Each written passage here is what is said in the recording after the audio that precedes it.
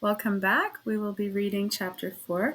This is a good way to get through the book Crime and Punishment because you can listen while you're doing other things. You can even download the video and listen to it while driving. I know that I do things like that.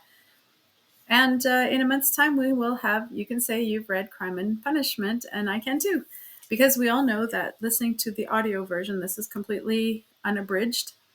It counts as reading because it's a way of getting, just because you're not reading it on the page, you're internalizing the words. And so as such, we're reading. Chapter 4. His mother's letter had been a torture to him. Remember last time he got the letter from his mother about his sister Dounia's impending marriage. His mother's letter had been a torture to him, but as regards the chief fact in it, he had felt not one moment's hesitation, even whilst he was reading the letter. The essential question was settled, and irrevocably settled in his mind. Never such a marriage while I am alive. And Mr. Luzhin be damned. The thing is perfectly clear, he muttered to himself with a malignant smile, anticipating the triumph of his decision. No, mother, no, Dounia, you won't deceive me. And then they apologize for not taking my advice and for taking the decision without me, I dare say. They imagine it is arranged now and can't be broken off. But we will see whether it can or not. A magnificent excuse. Pyotr Petrovitch is such a busy man that even his wedding has to be in post-haste almost by express. No, Dounia, I see it all, and I know what you want to say to me, and I know, too, what you are thinking about when you walked up and down all night, and what your prayers were like before the Holy Mother of Kazan, who stands in Mother's bedroom. Bitter is the ascent to Golgotha. So it is finally settled. You have determined to marry a sensible businessman. Avdotya Romanovna, one who has a fortune, has already made his fortune, and that it is so much more solid and impressive. A man who holds 2 government posts and who shares the ideas of our most rising generation, as Mother writes, and who seems to be kind, as Dounia herself observes. That seems beat everything. And that same Dounia, for the same seems, is marrying him. Splendid, splendid. But I should like to know why Mother has written to me about our most rising generation, simply as a descriptive touch, or with the idea of prepossessing me in favor of Mr. Luzhin. The cunning of them. I should like to know one more thing, how far they were open with one another that day and night and all this time since. Was it all put into words, or did both understand that they both had the same thing at heart and in their minds, so that there was no need to speak of it aloud, and better not to speak of it? Most likely it was partly like that. From Mother's letter it's evident he struck her as rude a little. And Mother, in her simplicity, took her observations to Dounia, and she was sure to be vexed and answered her angrily. I should think so. Who would not be angered when it was quite clear without any naive questions, and when it was understood that it was useless to discuss it? And why does she write to me, love Dounia Radya, and she loves you more than herself? Has she a secret conscience prick at sacrificing her daughter to her son? You are our one comfort. You are everything to us. Oh, Mother! His bitterness grew more and more intense. And if he had happened to meet Mr. Luzhin in the moment, he might have murdered him. Yes, that's true, he considered, pursuing the whirling ideas that chased each other in his brain. It is true that it needs time and care to get to know a man. But there is no mistake about Mr. Luzhin. The chief thing is he is a man of business and seems kind. That was something, wasn't it? To send the bags and a big box for them. A kind man, no doubt after that, but his bride and her mother are to drive in a peasant's car covered with sacking? I know. I have been driven in it. No matter. It is only 90 versts, and then they can travel very comfortably 3rd class for 1,000 versts. Quite right, too. One must cut one's coat according to one's cloth. But what about you, Mr. Luzhin? She is your bride, and you must be aware that her mother has to raise money on her pension for the journey. To be sure, it's a matter of business, a partnership for mutual benefit with equal shares in expenses, food and drink provided, but pay for your tobacco. The businessman has got the better of them, too. The luggage will cost less than their fares, very likely go for nothing. How is it that they both don't see all that? Or is it that they don't want to see? And they are pleased? Pleased! And to think that this is only the first blossoming, and that the real fruits are to come. But what really matters is not the stinginess, is not the meanness, but it is the tone of the whole thing. For that will be the tone after marriage. It's a foretaste of it, and for mother too. And why should she be so lavish? What will she have by the time she gets to Petersburg? 3 silver roubles, or 2 paper ones, as she says. That old woman. What does she expect to live upon in Petersburg afterwards? She has her reasons already for guessing that she could not live with Dounia after the marriage, even for the first few months. The good man has no doubt let slip something on that subject also, though mother would deny it. I shall refuse, says she. On whom is she reckoning then? Is she counting on what is left after of her 120 roubles of pension when Afansky Ivanovitch's debt is paid? She knits woolen shawls and embroiders cuffs, ruining her old eyes. And all her shawls don't add up more than 20 roubles a year to her 120. I know that. So she is building all her hopes all the time on Mr. Luzhin's generosity. He will offer it of himself. He will press it on me. You may wait a long time for that. That's how it always is with these Schilleresque noble hearts. Till the last moment, every goose is a swan with them. Till the last moment, they hope for the best and will see nothing wrong. And although they have an inkling of the other side of the picture, yet they won't face the truth till they are forced to.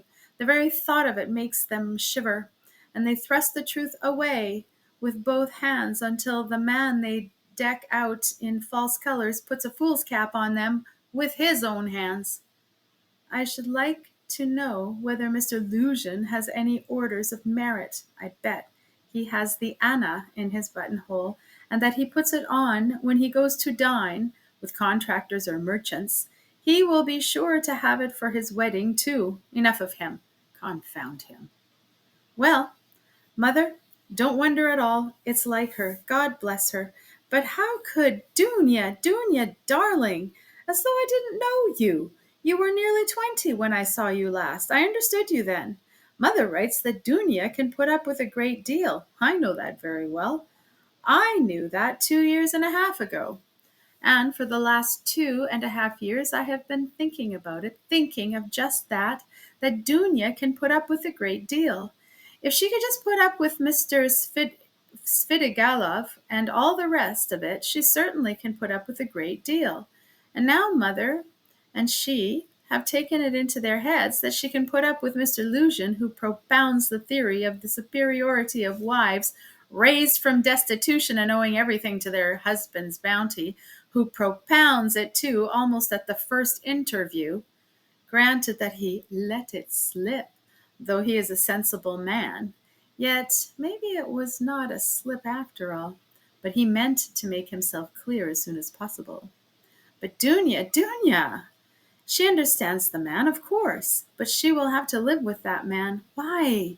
She'd live on black bread and water. She would not sell her soul. She would not barter her moral freedom for comfort. She would not barter it for all the Schleswig-Holstein, much less Mr. Luzhin's money. No, Dounia was not that sort when I knew her, and she is still the same, of course. Yes, there is no denying the Svindigalovs are a bitter pill. It's a bitter thing to spend one's life a governess in the provinces for 200 roubles, but I know she would rather be on a plantation or a let with a German master than degrade her soul and her moral dignity by binding herself for ever with a man whom she does not respect, and with whom she has nothing in common, for her own advantage. And if Mr. Luzhin had been of unalloyed gold or one huge diamond, he would never have consented to become his legal. She would never have consented to become his legal concubine. Why is she consenting then? What's the point of it? What's the answer? It's clear enough for herself. For her comfort, to save her life, she would not sell herself, but for someone else she is doing it. For one she loves, for one she adores, she will sell herself. That's what it all amounts to. For her brother, for her mother, she will sell herself. She will sell everything. In such cases, we overcome our moral feeling, if necessary. Freedom, peace, conscience, even all are brought into the market. Let my life go, if only my dear ones may be happy. More than that, we become casuists. We learn to be Jesuitical, and for a time, maybe, we can soothe ourselves. We can persuade ourselves that it is one's duty for a good object. That's just like us. It's as clear as daylight. It's clear that Rodion Romanovich Raskolnikov is the central figure in the business and no one else.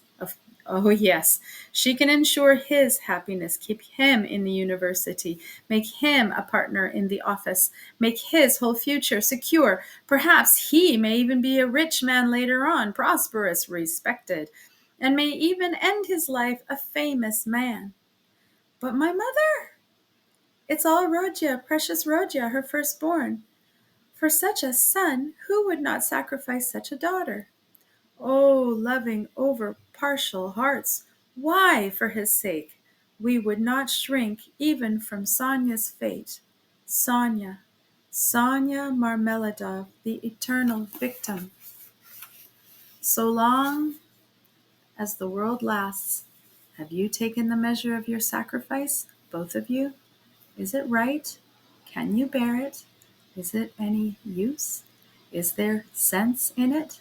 And let me tell you, Dounia, Sonia's life is no worse than life with Mr. Luzhin. There can be no question of love, mother writes. And what if there can be no respect either? If, on the contrary, there is aversion, contempt, repulsion, then what? So you will have to keep up your appearance too. Is not that so? Do you understand what the smartness means? Do you understand that the Luzhin smartness is just the same thing as Sonia's? And it may be worse. Viler, baser, because in your case, Dounia, it's a bargain for luxuries after all, but with Sonia's, it's simply a question of starvation. It had to be paid. It has to be paid for. It has to be paid for, Dounia, the smartness. And what if it's more than you can bear afterwards? If you regret it, the bitterness, the misery, the curses, the tears hidden from all the world. For you are not a Marfa Petrovna. And how will your mother feel then? Even now, she is uneasy, she is worried. But then, when she sees it all clearly? And I? Yes, indeed. What have you taken me for? I won't have your sacrifice, Dounia. I won't have it, mother. It shall not be. So long as I am alive, it shall not. It shall not. I won't accept it. He suddenly paused in his reflection and stood still. It shall not be? But what are you going to do to prevent it? You'll forbid it? And what right have you? What can you promise them on your side to give you such a right? Your whole life? Your whole future? You will devote to them when you have finished your studies and obtained a post? Yes, we have heard all that before, and it's all words. But now something must be done. Now, do you understand that? And what are you doing now? You are living upon them. They borrow on their 100 rubles pension. They borrow from the Svigridgelovs. How are you going to save them from the Svigridgelovs? From Afancy Ivanovich Varushin, or future millionaire Zeus who would arrange their lives for them? In another 10 years, in another 10 years, mother will be blind with knitting shawls, maybe with weeping too. She will be worn to a shadow with fasting, and my sister? Imagine for a moment what may have become of your sister in 10 years, what may happen to her during those 10 years. Can you fancy? So he tortured himself, fretting himself with such questions and finding a kind of enjoyment in it. And yet, all these questions were not new ones, suddenly confronting him. They were old, familiar aches. It was long since they had first begun to grip and to rend his heart. Long, long ago, his present anguish had its first beginnings. It had waxed and gathered strength. It had matured and concentrated until it had taken the form of a fearful, frenzied, and fantastic question, which tortured his heart and mind, clamoring insistently for an answer. Now his mother's letter had burst on him like a thunderclap. It was clear that he must not now suffer passively. Do it at once, and do it quickly. Anyway, he must decide on something, or else. Or throw up life altogether, he cried suddenly in a frenzy. Accept one's lot humbly as it is, once for all, and stifle everything in oneself, giving up all claim to activity, life, and love. Do you understand, sir? Do you understand what it means when you have absolutely nowhere to turn? Marmeladov's question came suddenly into his mind. For every man must have somewhere to turn. He gave a sudden start. Another thought that he had had yesterday slipped back into his mind. But he did not start at the thought recurring to him, for he knew, for he had felt beforehand, that it must come back. He was expecting it.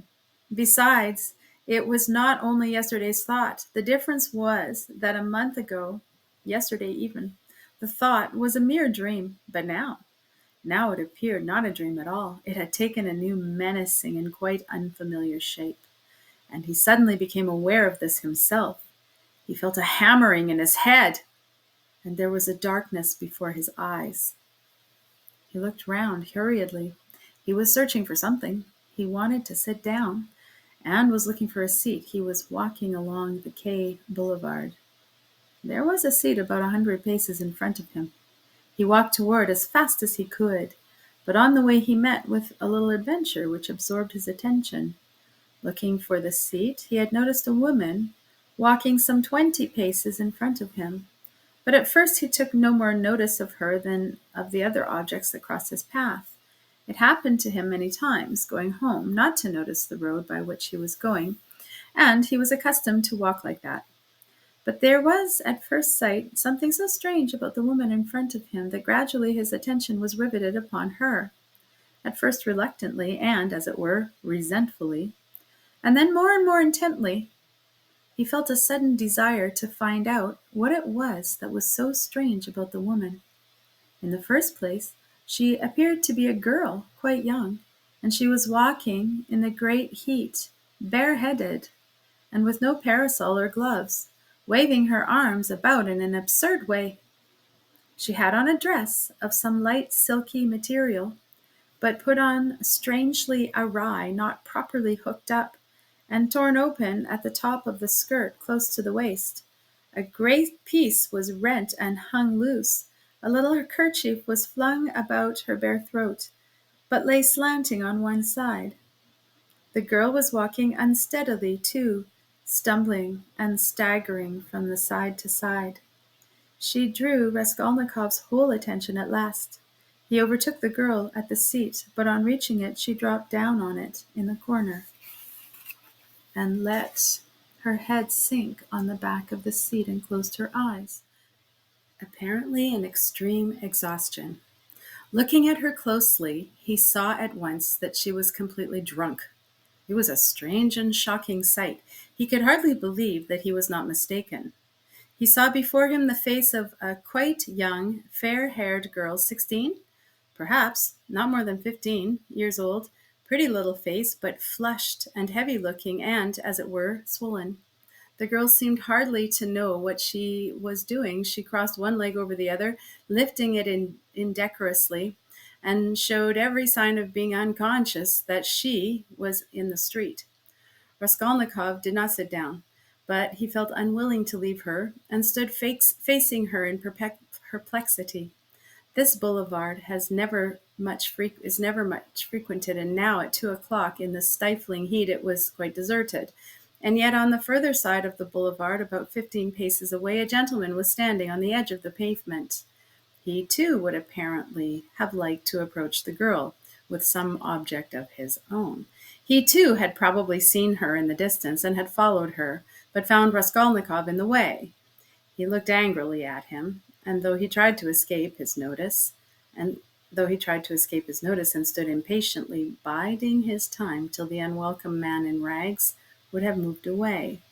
His intentions were unmistakable. The gentleman was a plump, thickly set man, about 30, fashionably dressed, with a high color, red lips, and moustache. Raskolnikov felt furious. He had a sudden longing to insult this fat dandy in some way. He left the girl for a moment and walked toward the gentleman. "Hey, you! Svidrigailov! What do you want here?" he shouted, clenching his fists and laughing, sputtering with rage. "What do you mean?" the gentleman asked sternly, scowling in haughty astonishment. "Get away, that's what I mean." "How dare you, you low fellow!" He raised his cane. Raskolnikov rushed at him with his fists, without reflecting that the stout gentleman was a match for two men like himself. But at that instant someone seized him from behind, and a police constable stood between them. "That's enough, gentlemen. No fighting, please, in a public place. What do you want? Who are you?" he asked Raskolnikov sternly, noticing his rags. Raskolnikov looked at him intently. He had a straightforward, sensible, soldierly face with grey moustache and whiskers. "You are just the man I want," Raskolnikov cried, catching at his arm. "I am a student, Raskolnikov. You may as well know that too," he added, addressing the gentleman. "Come along, I have something to show you." And taking the policeman by the hand, he drew him toward the seat. Look here, hopelessly drunk, and she has just come down the boulevard. There is no telling who and what she is, or she does not look like a professional. It's more likely that she was given drink and deceived somewhere for that first time, you understand? And they've put her out into the street like that. Look at the way her dress is torn, and the way it has been put on. She has been dressed by somebody, and has not dressed herself, and dressed by unpracticed hands, by a man's hands, that's evident. And now look here. I don't know that dandy with whom I was going to fight. I see him for the first time. But he, too, has seen her on the road, and just now, drunk and not knowing what she is doing. And now he is very eager to get a hold of her and to get her away somewhere while she is in this state. That's certain, believe me. I am not wrong. I saw him myself watching her and following her, but I prevented him, and he is just waiting for me to go away. Now he has walked away a little, and he is standing still, pretending to make a cigarette. Think how we can keep her out of his hands, and how are we to get her home?" The police saw it all in a flash. The stout gentleman was easy to understand. He turned to consider the girl. The policeman bent over to examine her more closely, and his face worked with genuine compassion. "Ah, what's a pity," he said, shaking his head. "Why, she is quite a child. She has been deceived. You can see that at once. Listen, lady," he began, addressing her. "Where do you live?" The girl opened her weary and sleepy-looking eyes, gazed blankly at the speaker, and waved her hand. "Here," said Raskolnikov, feeling in his pocket and finding 20 kopeks. "Here, call a cab and tell him to drive her to her address. The only thing is to find out her address." Missy, the policeman began again, taking the money. "I'll fetch you a cab and take you home myself. Where shall I take you, eh? Where do you live?" "Go away! They won't let me alone," the girl muttered, and once more waved her hand. "Ah! How shocking! It's a shameful, Missy. It's a shame." He shook his head again, shocked and sympathetic and indignant. "It's a difficult job," the policeman said to Raskolnikov as he did so. He looked at him up and down in a rapid glance. He too must have seemed a strange figure to him, dressed in rags and handing him money. "Did you meet her far from here?" he asked him. I tell you, she was walking in front of me, staggering, just here in the boulevard. She only just reached the seat and sank down on it. Ah, the shameful things that are done in the world nowadays. God have mercy on us. An innocent creature like that, drunk already? She has been deceived, that's a sure thing. See how her dress has been torn, too. Ah, the vice one sees nowadays. And as likely as not, she belongs to gentlefolk, too. Poor ones, maybe. There are many like that nowadays. She looks refined, too, as though she were a lady. And he bent over her once more. Perhaps he had daughters growing up like that, looking like ladies and refined with pretensions to gentility and smartness. The chief thing is, Raskolnikov persisted, to keep her out of this scoundrel's hands. Why should he outrage her? It's as clear as day that's what he is after. Ah, the brute, he is not moving off. Raskolnikov spoke aloud and pointed to him. The gentleman heard him and seemed about to fly into a rage again, but thought the better of it and confined himself to a contemptuous look. He then walked slowly another 10 paces away and again halted. "Keep her out of his hands we can," said the constable thoughtfully. "If only she'd tell us where to take her, but as it is, Missy, hey, Missy!" He bent over her once more. She opened her eyes fully all of a sudden, looked at him intently, and as though realizing something, got up from the seat and walked away in the direction from which she had come. "Oh, shameful wretches, they won't let me alone," she said, waving her hand again. She walked quickly, though staggering as before. The dandy followed her, but along another avenue, keeping his eye on her. "Don't be anxious. I won't let him have her," the policeman said resolutely, and he set off after them. "Ah, the vice one sees nowadays," he repeated aloud, sighing. At that moment something seemed to sting Raskolnikov. In an instant a complete revulsion of feeling came over him. "Hey, here!" he shouted after the policeman. The latter turned round. "Let them be. What is it to do with you? Let her go. Let him amuse himself." He pointed at the dandy. "What is it to do with you?" The policeman was bewildered and stared at him open-eyed. Raskolnikov laughed. "Well," ejaculated the policeman with a gesture of contempt as he walked after the dandy and the girl, probably taking Raskolnikov for a madman or something even worse. "He was carried off by 20 kopeks," Raskolnikov murmured angrily when he was left alone. "Well, let him take as much from the other fellow to allow him to have the girl, and so let it end. And why did I want to interfere? Is it for me to help? Have I any right to help? Let them devour each other alive. What is it to me? How did I dare to give him 20 kopeks? Were they mine?" In spite of those strange words, he felt very wretched. He sat down on the deserted seat. His thoughts strayed aimlessly. He found it hard to fix his mind on anything in that moment. He longed to forget himself altogether, to forget everything, and then to wake up again and begin life anew. "Poor girl," he said, looking at the empty corner where she had sat. "She will come to herself and weep, and then her mother will find out, and she will give her a beating, a horrible, shameful beating, and then maybe turn her out the door. And even if she does not, the Darya Frantsovnas will get wind of it, and the girl will soon be slipping out on the sly here and there. And there will be the hospital directly. That's always the luck of those girls with respectable mothers who go wrong on the sly. And then again the hospital, drink, the taverns, the more hospital. In 2 or 3 years a wreck, and her life over at 18 or 19. Have not I seen cases like that? And now have they been brought to and how have they been brought to it? Why, they've all come to it like that. Ugh, but what does it matter? That's as it should be, they tell us.